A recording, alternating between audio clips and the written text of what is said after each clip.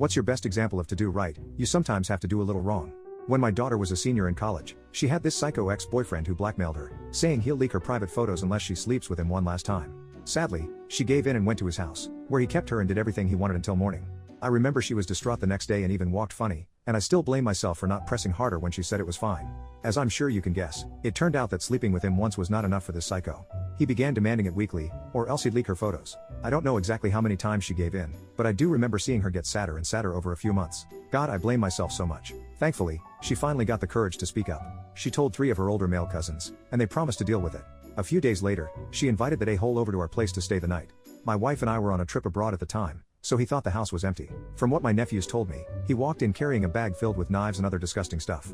They all hid upstairs waiting for him, and my daughter seduced that freak. She took him into her room where she dropped him onto the bed, and that's when my nephews came out of the ensuite. I won't go into the details because they're way too graphic.